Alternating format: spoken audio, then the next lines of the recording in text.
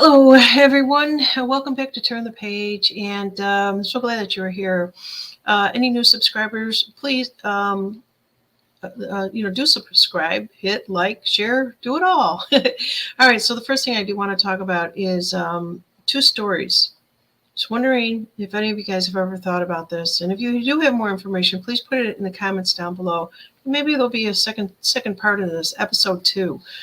Right. So the first thing that I actually wanted to talk about is the Orphan Train Movement of the United States. Okay. And the other story that I want to talk about is the discovery of the 19th century mud flood. Is there anything that could be? Well, let's just kind of dive into this. I'm going to start with the mud flood. So unearthing the mysteries of the 19th century mud flood. All right, so as we go through this, I'm just going to pull some pieces out of this, and if you have any additional information, please share it with me. And if you want to come onto my channel and even give me more information, you're more than welcome to. I'm all about sharing knowledge because we have to do this. There's so much of the history that we don't know about. So in the 19th century, there was an enigma of a mud flood. It was a fascinating mystery, and we're just kind of hearing about this now. We didn't learn about this in school, right? A lot of historians, researchers alike, I never heard of it until I started discovering in what they call waking up in my world, right? Mud flood, if I could even say it, mystery that has been captivated by historians.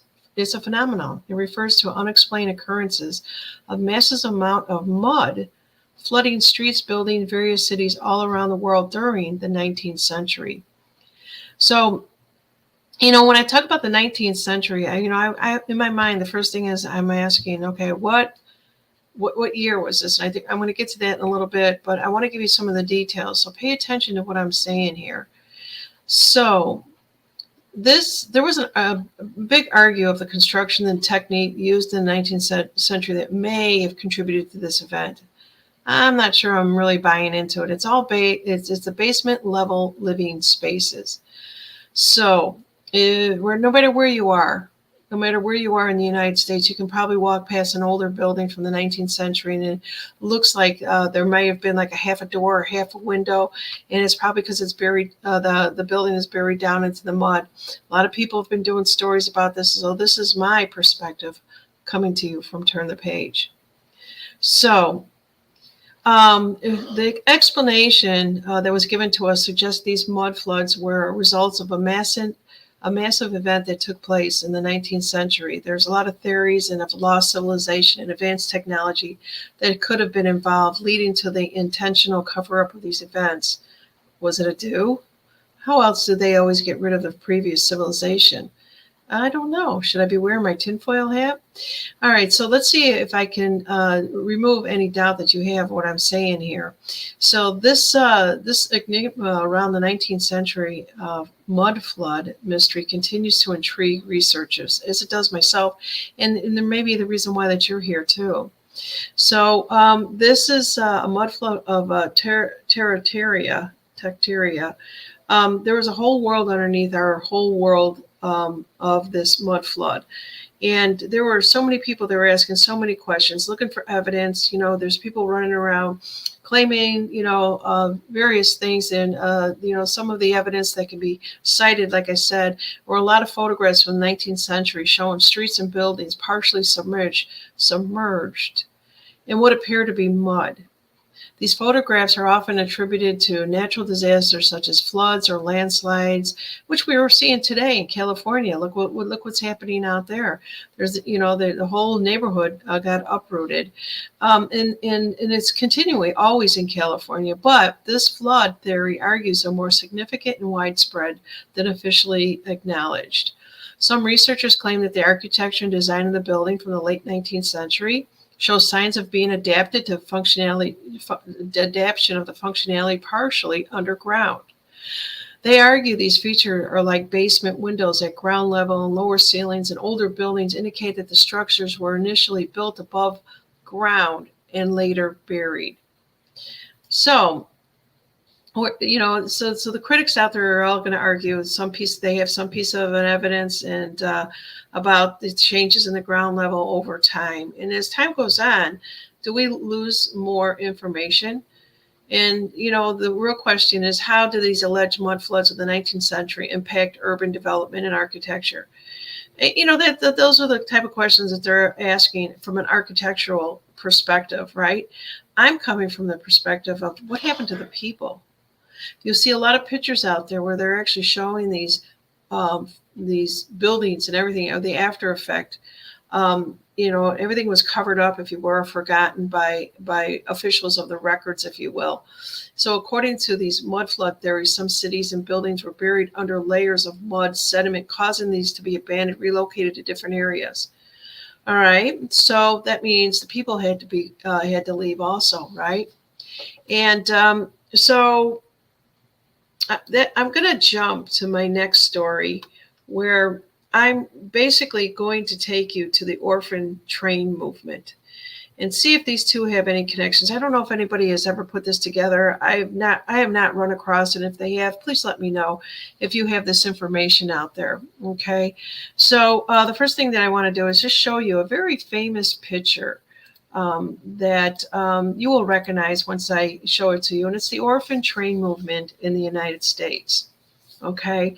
And I think a lot of you have seen this. It's sometimes, controversial about the welfare and the effort of these. And I want to say that this is called The Little Orphan of the Train, but this is Norman Rockwell. That's what I wanted to let you know about.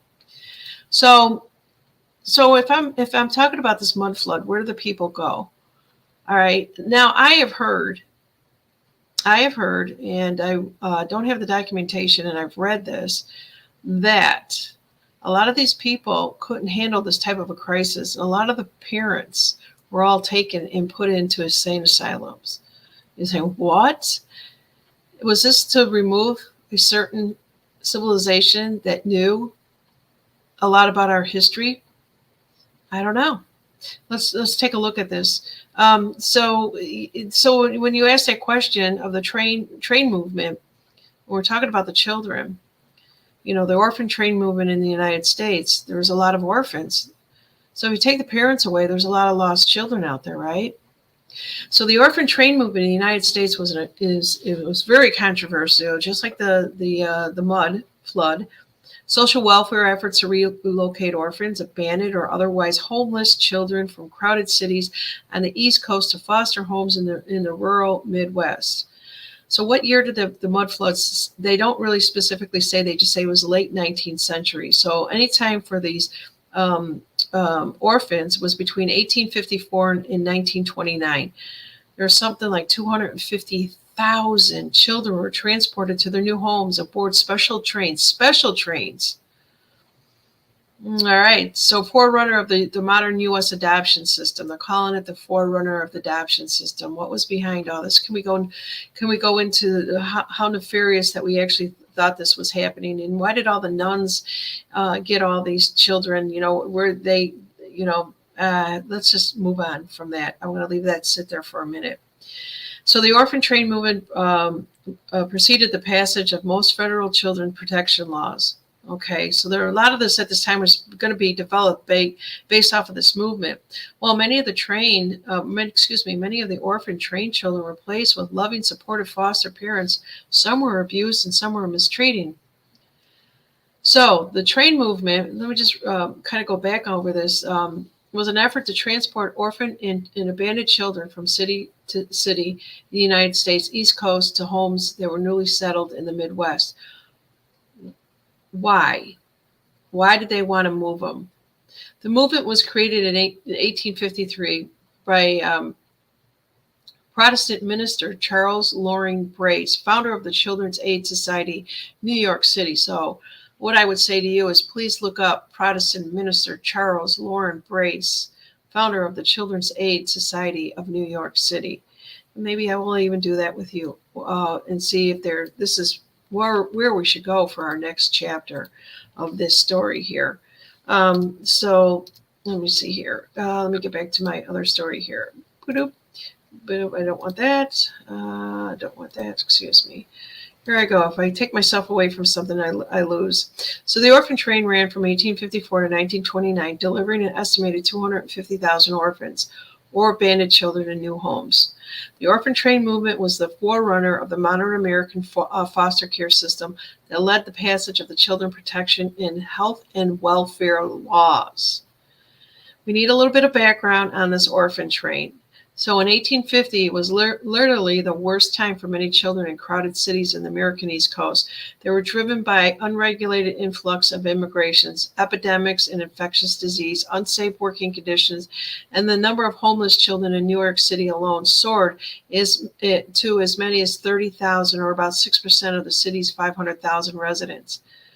I've heard stories about it. I haven't seen any receipts or proof about any of that. We were just told that in many books. Was that their excuse for doing what they had done? Many of the orphan and building children survived. Excuse me, my eyes just jumped here. Wow, what just happened here? Okay, so many of the orphan and abandoned children survive on the streets of selling rags and matches while joining gangs as a source of protection. Street dweller children, some of as young as 5 years old, were often arrested and placed in jail with hardened adult criminals. Now, what I see in my mind when I see this is just people having an excuse and a reason to snatch up these kids. And were they all out of New York, as they say? You let me know in the comments below. While there were orphanages at the time, most of the children had lost their parents or were raised by relatives or neighbors. What came through there? Was there an epidemic of some sort of disease? Taking in and caring for the orphan children was typically done through informal agreements rather than through the court-approved or supervised adoption. Orphan children as young as 6 years old were often forced to go to work in order to help support the families that had agreed to take them in. The beginning of the slave children. When no child labor or workplace safety laws are in place yet, many were maimed or killed in an accident. This is the saddest thing ever. I'm going to just come back for you to get you guys and see how you're doing. Any questions and concerns, please let me know below. All right. So let's talk about this Charles Loring. Okay. And I happen to mention that Charles Loring was a Protestant minister. Okay, he founded this society, this group of children aid, for the purpose of easing the plight of abandoned children. Bray's view of the orphanages of the day is little more than a human warehouse and lacked resources, expertise, and incentives needed to turn an orphan children into self-significant adults. This, to me, I'm just going to do a sidebar here, kind of sounds like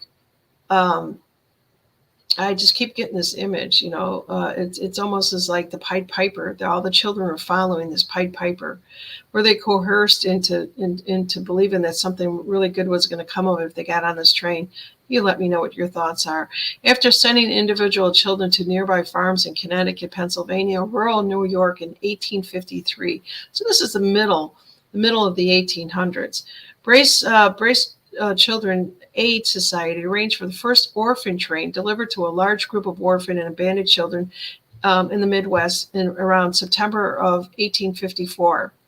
So now listen to this timeline, anywhere between 1855 and 1875, Children Aid Society Orphan Train delivered an average of 3,000 children a year to homes in 45 states. As a strict abolitionist, however, Brace refused. That's his last name. This is the guy, this Protestant. Brace refused to send children to southern states during its peak years of 1875 and reported a little over 4,000 children rode the orphan train. Once they were placed in the home, the orphan train children were expected to help with farm tasks while the children were placed free of charge. The adopted families were obligated to raise them as they would their own children, providing them with healthy food, decent clothing, and a basic education, $100 when they turned 21.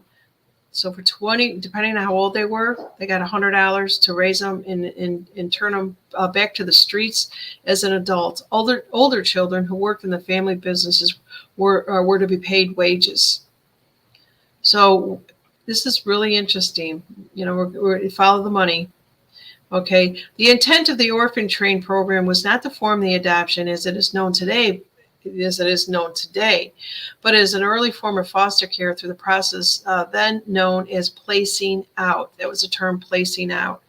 Families were never required to legally adopt the children they took in. While Children Aid Society officials tried to screen the host families, the system was not foolproof. Not all the children ended up happy in their homes. Rather than being accepted as family members, some of the children were abused and treated as little more than farm workers. But despite these problems, the Orphan Train offered many abandoned children the best chances for a happy life. Now, I'm just trying to wrap my brain around this because I'm not buying into this information, this total experience that they want to sell us here. So they took these children from the streets of New York. They were supposedly orphanage, but I also heard and read other stories that a lot of them were not. A lot of them were looking for their children, and we'll get to that in episode 2. The typical orphan train carried 30 to 40 children ranging from the ages from infant. Let me just kind of show you where I'm at here. All right, let's just take a look at this here. So the typical orphan train car carried 30 to 40 children ranging from ages from infant to teenager, accompanied by 2 to 5 adults from Children Aid Society. Haven't been told more than they were. Basically, you're going out west, excuse me.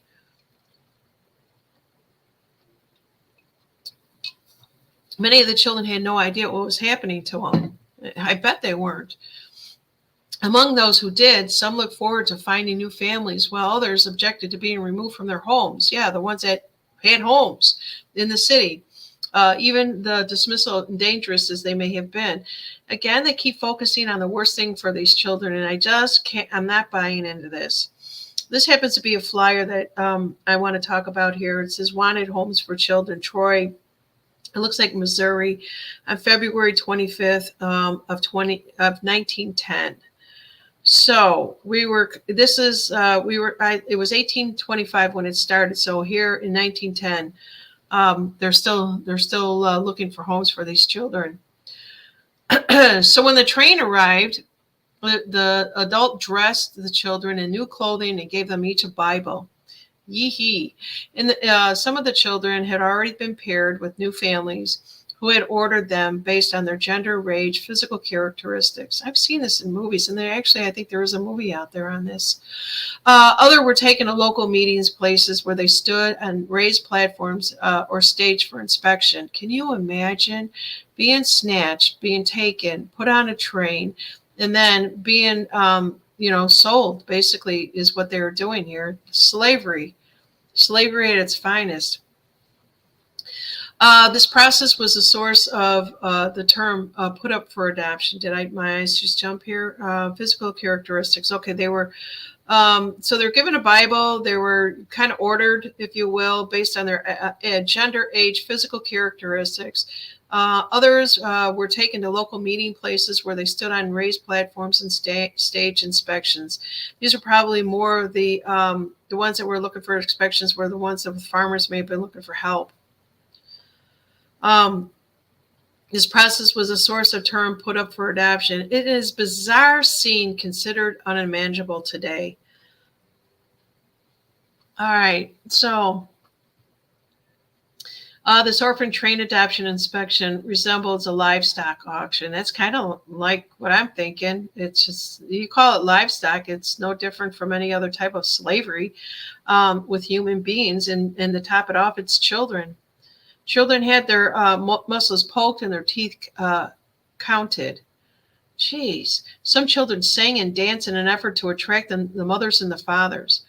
Infants Infants, oh Lord, this is going to break my heart, were the most easily placed, while children over 14 and those with visible illnesses and disabilities had more difficulty in finding new homes. Now, my understanding is that a lot of them were not injured as they are proclaiming.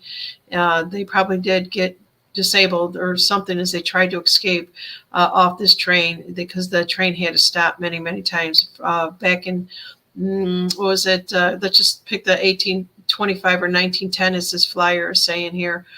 So the newspaper accounts for Orphan Train arrival describes the auction-like atmosphere. Some wanted boys, some wanted girls, some preferred light babies, others wanted dark. Oh my God, they're ordering up at Kentucky Fried Chicken. This kind of sounds a lot like just human trafficking to me. This is the beginning process of it. Yes, I said it. And you guys are probably saying it. Come on, Janine, say it, say it. So the scene basically is unimaginable today, right? And so the newspaper accounts for the Orphan Train describe the auction-like atmosphere. Newspapers also published glowing accounts of Distribution Day, when adopted orphan train children went home with their new parents. An article in the Texas newspaper, and this is going back to November 19, 1898. This is what they said.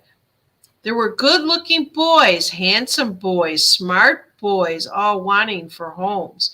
Willing and anxious hearts and hands were there to take them and share their all with them through life.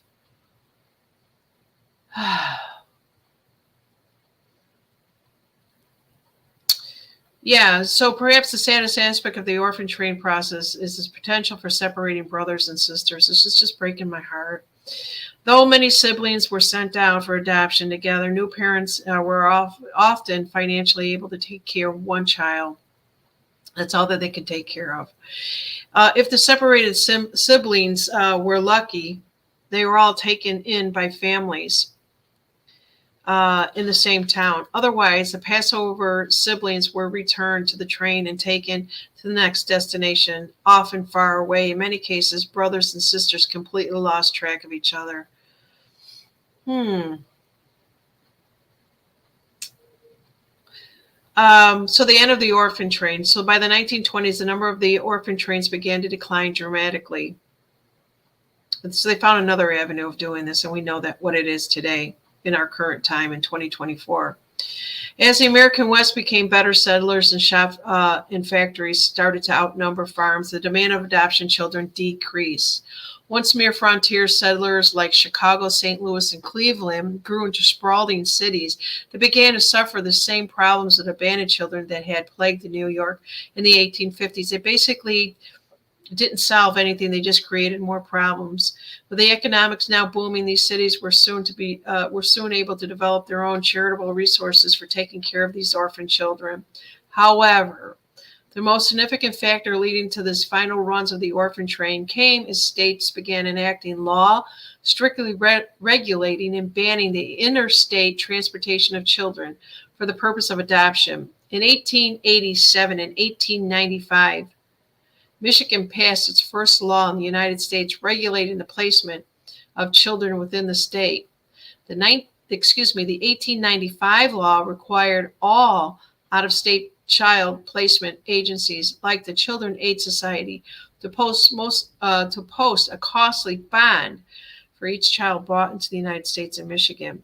So in 1899, Indiana, Illinois, Michigan enacted similar laws that also prohibited placement of diseased, insane, and criminal children within their borders. By 1904, the state of Iowa, Kansas, Kentucky, Missouri, North Dakota, Ohio, and South Dakota had passed similar laws.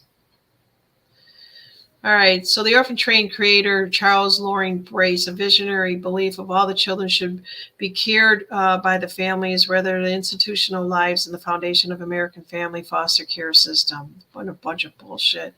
The Orphan Train Movement similarly paved the way for federal child protection and welfare laws as we know it today. And what do? They basically wrapped around legal laws in order to take your children and do whatever they wanted to do with it because they learned the first time from this particular story. The Children Aid Society chronic attempted to monitor the children of the conditions of the children, excuse me, and sent to the new families via the Orphan Train. Society representatives attempted to visit each family once a year. Just like social services, right? And the children were expected to send society 2 letters a year describing the experience. Under society's criteria, the orphan trained child was considered to have done well if they grew up to be credible members of society. So in closing, according to the 1910 survey, the society determined that 87% of the orphan trained children had indeed done well, because they complied and they were scared to death, while the 13% who were rebels had either, and that's my comment, rebels, had either returned to New York, died, or had been arrested.